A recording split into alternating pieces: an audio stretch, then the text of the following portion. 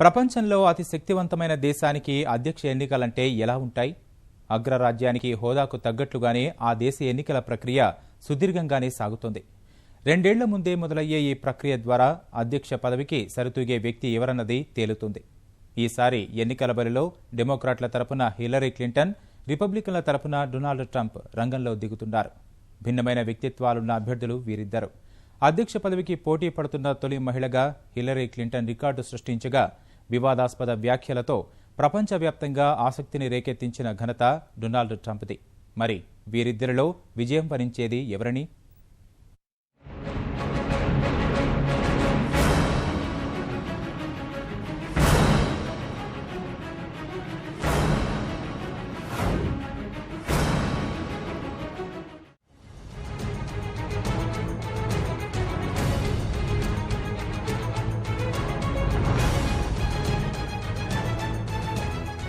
America అధ్యక్ష పదవికి ప్రధాన పోటీ ఎవరి మధ్యనో ఖరారు అయిపోయింది. ప్రపంచంలోనే అత్యంత శక్తివంతమైన పదవికి పోటీ పడుతున్న ఆ ఇద్దరిలో విజయ అవకాశాలున్నాయన్న అంశంపైనే ఇప్పుడంతా ఉత్కంఠ నెలకొంది.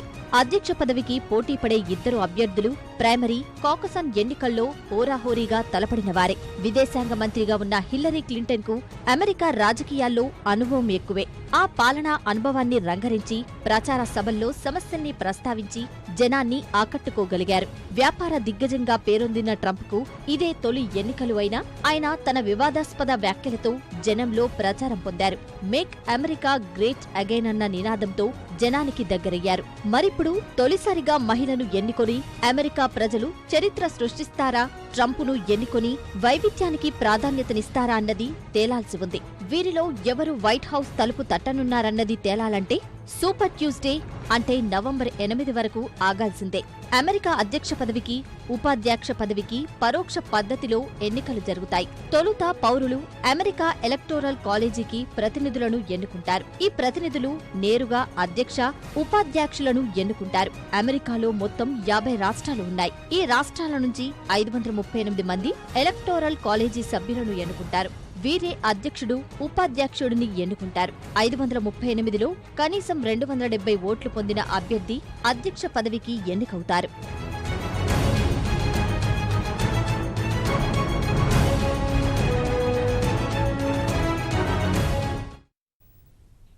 అమెరికా అధ్యక్ష ఎన్నికల బరిలో రిపబ్లికన్ల తరపున రంగంలో దిగుతున్నారు వ్యాపార దిగ్గజం డొనాల్డ్ జాన్సన్ ట్రంప్. పార్టీ తరపున నామినేషన్ను స్వీకరించిన ఆయనే ఇప్పుడు ప్రపంచమంతా చర్చనీయాంశం. అమెరికా అధ్యక్ష ఎన్నికలంటేనే ప్రపంచమంతా ఆసక్తి సాధారణం. ట్రంప్ అభ్యర్థిత్వంతో ఆసక్తి కాస్త ఉత్కంఠగా మారింది. అభ్యర్థిత్వాన్ని ఖరారు చేసుకునేందుకు ఎన్నికల ప్రచారంలో ముందు నుంచి వివాదాస్పదంగా వ్యవహరించిన అతను అధ్యక్షుల బరిలో నిలవడాన్ని రిపబ్లికన్లే జీర్ణించుకోలేకుండా ఉన్నారు. ఎన్నికల ప్రచారంలో భాగంగా ఆయన చేసిన ప్రసంగాలు సొంత పార్టీ వారిని ఇరకాటంలో పెట్టడమే ఇందుకు కారణం. ట్రంప్ ఇప్పుడే ఇలా ఉంటే అధ్యక్షుడైతే అమెరికా పరిస్థితి ఏంటని ఆందోళన చెందిన వాళ్లు చాలామంది. ఈ నేపథ్యంలోనే రిపబ్లికన్ల అభ్యర్థులందరిలోని ట్రంప్ సృష్టించిన వివాదాలు ఇంకెవరు సృష్టించకపోవడం వల్ల ఆయన అభ్యర్థిత్వం ఆశ్చర్యంతో పాటు ఆసక్తిని రేకెత్తిస్తోంది.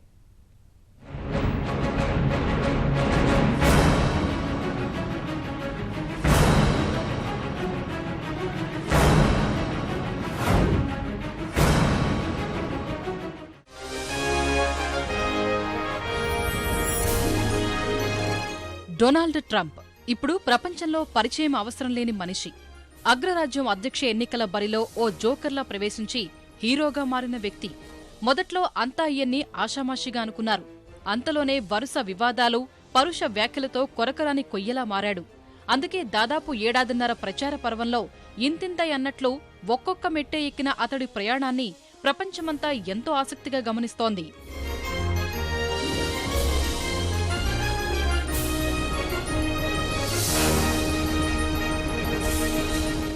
ట్రంప్ పెద్ద కంపు అంటూ ఎన్ని వివాదాలు చుట్టుముడితేనేం తను మాత్రం ఎక్కడా ఆగలేదు.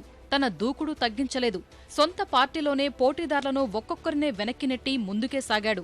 నవంబర్ 8 సూపర్ ట్యూస్డే రోజు జరిగే అంతిమ పోరుకి రిపబ్లికన్ల సేనానిగా నిలిచాడు. వారి తరఫున అధ్యక్ష బరిలో నిల్చునే అర్హత దక్కించుకున్నాడు. 12 రాష్ట్రాల్లోని ప్రైమరీలు, కాకసస్లో 7 గెలుచుకుని రిపబ్లికన్ పార్టీ అధ్యక్ష అభ్యర్థిత్వానికి తనే సరైన వ్యక్తినని నిరూపించుకున్నాడు Donald Trump. Republican party national convention ఆర్ఎన్సీలో పార్టీ తరఫున నామినేషన్ స్వీకరించిన ట్రంప్ దారి తప్పిన అమెరికాను మళ్లీ గాడిలో పెడతానని ప్రతినబూనారు. అందుకు పెద్ద అజెండానే ప్రకటించాడు. శాంతి భద్రతలు పునరుద్ధరిస్తానని హామీ ఇచ్చిన ట్రంప్ ఉగ్రవాదానికి తావు లేకుండా చేస్తానని బల్లగుద్ది చెబుతున్నాడు. అదే సమయంలో ఒబామా, హిల్లరీ క్లింటన్ విదేశీ విధానంపై విమర్శలతో విరుచుకుపడిన ఈ 70 ఏళ్ల వ్యాపార దిగ్గజం తనకు ప్రపంచం కంటే అమెరికానే ముఖ్యమని తేల్చి చెప్పారు. అధికారం చేపడితే దేశంలో నెలకొన్న హింస, నేరాల సంఖ్య అత్యంత వేగంగా తగ్గిపోతాయని హామీ ఇస్తున్నారు.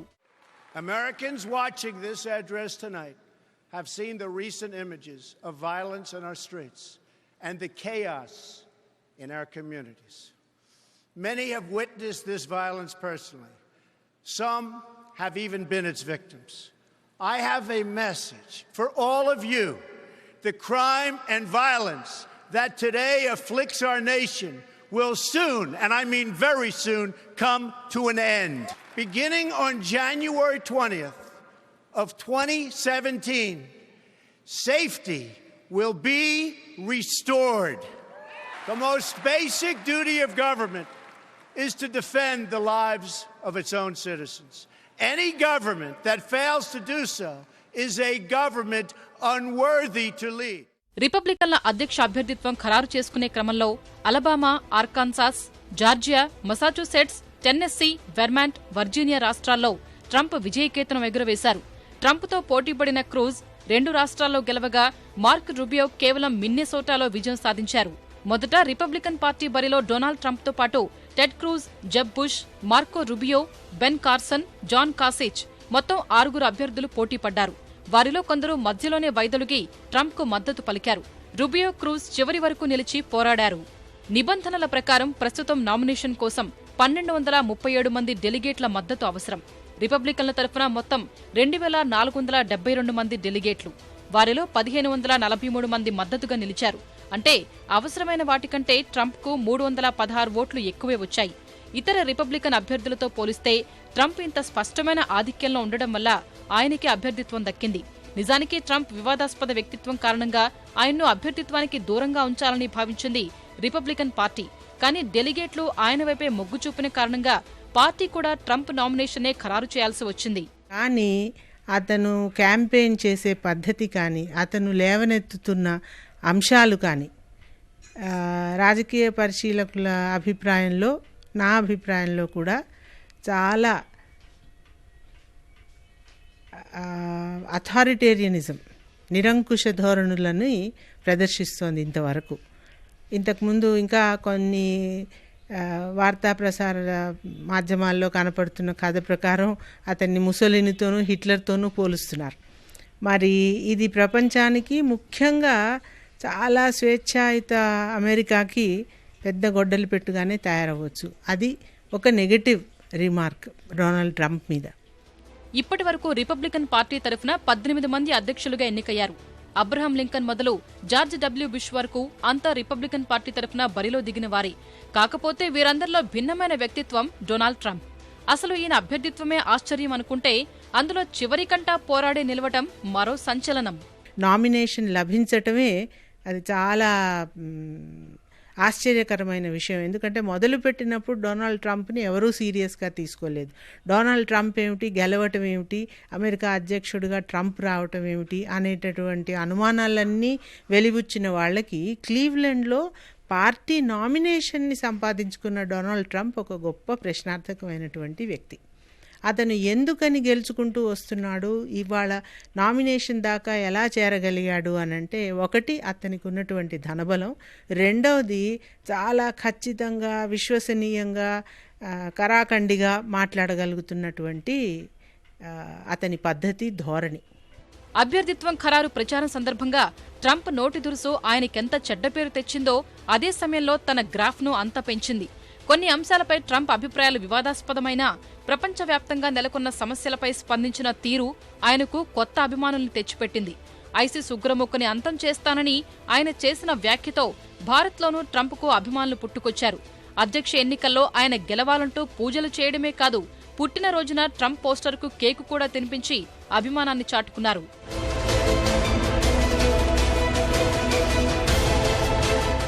ప్రారంభం నుంచి వివాదాలతోనే ట్రంప్ పాపులర్ అయ్యాడు. ఈయన వ్యవహారశైలి ఎండగడుతూ ఎన్నో వార్తలు వచ్చాయి. ఆ విమర్శల్ని అంతగా పట్టించుకొని ట్రంప్ తాను చేసిన వ్యాఖ్యలకు కట్టుబడి ఉన్నానంటూ ఏమాత్రం తగ్గేది లేదని స్పష్టత ఇచ్చేవాడు. ఆ పైన తప్పంతా మీడియాదే అంటూ అమెరికన్ మీడియా నిజాలు తెలిసి తప్పులు రాస్తోందంటూ విమర్శించాడు. అసలు మీడియాలో ఉన్నంతగా కుటిల మనస్కులు ఇంకెక్కడా కనపడరని మరో బాంబు పేల్చాడు. తాను చేసిన వ్యాఖ్యలపై ఒక్కోసారి పశ్చాత్తాపడినప్పటికీ నిజానికి అలా మాట్లాడడం వల్లే ఫలితాలు అనుకూలంగా వచ్చినట్టు భావిస్తున్నానని చెప్పడం నోటి దురుసుపై తను పెట్టుకున్న నమ్మకాన్ని చెప్తుంది. అలా అని అన్ని వేళలా అదే చేయలేదు. ఒక్కోసారి విమర్శలు శృతిమించితే వెనక్కి తగ్గడమూ అలవాటు చేసుకున్నాడు. ఇందుకు ఉదాహరణే చైనాపై చేసిన వ్యాఖ్యలు. అప్పట్లో ఒకసారి చైనాను అయితే అక్రమమైన వాణిజ్య విధానాలతో వేధిస్తూ అమెరికాపై అత్యాచారం చేస్తోందని ఘాటు విమర్శలు చేసి వివాదం సృష్టించారు. ప్రచారంలో భాగంగా ఇండియానా బహిరంగ సభలో చైనాతో పెరిగిపోతున్న తమ దేశ వాణిజ్య లోటును అత్యాచారంతో పోల్చారు. ప్రపంచ విపణిలో తమ ఎగుమతులు ఇతరుల కంటే మెరుగ్గా ఉండేందుకు కరెన్సీ విలువలో చైనా మార్పులు చేసుకుంటోందని ఆరోపించారు. చైనాపై వ్యాఖ్యలతో విమర్శలు వెల్లువెత్తడం వల్ల వెనక్కి తగ్గిన ట్రంప్ కోపం చైనాపై కాదని సామర్థ్యం లేని తమ ఇదివరకటి నేతలపైనేనని చెప్పి నాలుక మడత వేశారు. అయినా చైనాలో తయారీదారులు రకరకాల హావభావాలతో ఉన్న ట్రంప్ టాయిలెట్ పేపర్లు తయారు చేసి తమ మంట చల్లార్చుకున్నాయి. అలాగే విదేశాంగ విధానాల విషయంలోనే కాదు, మహిళల విషయంలోనూ ఆయన నోరు పారేసుకున్నారు. మహిళల గర్భస్రావంపై సంచలన వ్యాఖ్యలు చేశారు. ఈ మధ్యకాలంలో అబార్షన్లు చేయించుకునే మహిళలు ఎక్కువయ్యారు. నియంత్రించాలంటే ఆ మహిళలకు ఎంతో కొంత శిక్ష మాత్రం పడాలని వ్యాఖ్యానించడం సంచలనం రేపింది. ఈ వ్యాఖ్యలపై తీవ్రంగా విమర్శలు రేగడం వల్ల ట్రంప్ కాస్త వెనక్కి తగ్గి గర్భస్రావం చేసేవారిని శిక్షించాలని మహిళల్ని కాదంటూ మాట మార్చాడు. మితిమీరినటువంటి మితవాద భావాలు కలిగినటువంటి వాళ్ళలాగా కనపడుతూ ఉన్నది.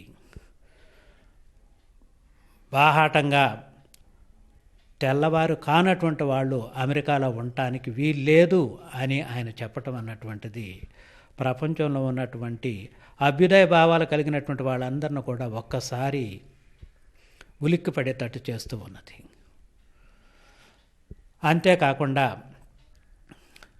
ఈయనకి మహిళలన్నా చిన్న చూపే, ఎలాగో అమెరికాలో ఉన్నటువంటి నల్లవాళ్ళంటే చాలా హీనంగా చూడటం అన్నటువంటి జరుగుతూ ఉంటుంది ఆయన దృష్టిలో. మరి ఎల్జీబీటీ వాళ్ళను కూడా ఆయన చిన్నచూపు చూడటం అన్నటువంటి జరుగుతూ ఉంటుంది. ఎలాంటి కరుడుగట్టినటువంటి సంకుచిత భావాలు కలిగినటువంటి వ్యక్తి అధ్యక్షుడిగా ఎన్నికైతే ప్రపంచం ఏమవుతుంటుందో అనేటువంటిది మేధావుల్లో కలిగిస్తున్నటువంటి తలెత్తిస్తున్నటువంటి ఒక పెద్ద ప్రశ్న. ట్రంప్ వ్యాఖ్యల్లో జాతి వివక్ష, మహిళలపై వ్యతిరేకత ప్రముఖంగా కనిపిస్తాయి. ముస్లింలు, భారత్, మెక్సికో పైన ట్రంప్ తరచూ నోరు పారేసుకున్నారు.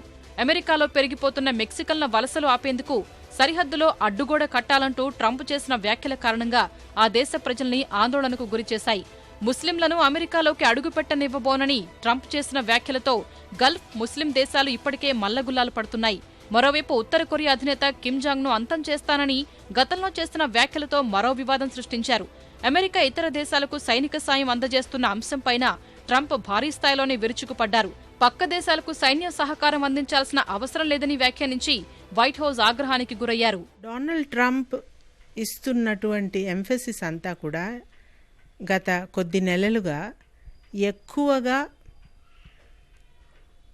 ఇమిగ్రేషన్ గురించి, మెక్సికో నుంచి వచ్చేటటువంటి ఇల్లీగల్ ఇమిగ్రేషన్ గురించి, ఆ తర్వాత అమెరికాలో గన్ కంట్రోల్ గురించి, అమెరికాలో ఉన్నటువంటి ఆర్థిక ఇబ్బందుల గురించి, నిరుద్యోగం గురించి,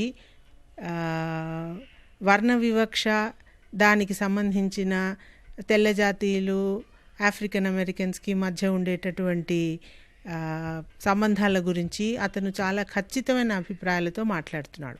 అందులో ఎక్కువగా అమెరికాని రక్షించటం, అమెరికాని ప్రొటెక్ట్ చేయటం, అమెరికాని ప్రయారిటీగా పరిగణించటం అన్న మాటలు ధ్వనించటంతో చాలామంది అన్ఇన్ఫార్మ్డ్ అమెరికన్స్ ఎవరైతే ఉన్నారో, అంటే బాగా లోతుగా విశ్లేషణ చెయ్యలేని సాధారణ అమెరికన్ ప్రజానీకానికి మననేదో ఈ నాయకుడు రక్షిస్తాడు అనే ఒక భ్రమ డొనాల్డ్ ట్రంప్ చాలా గొప్పగా క్రియేట్ చేస్తూ వస్తున్నాడు ఇప్పటి వరకు.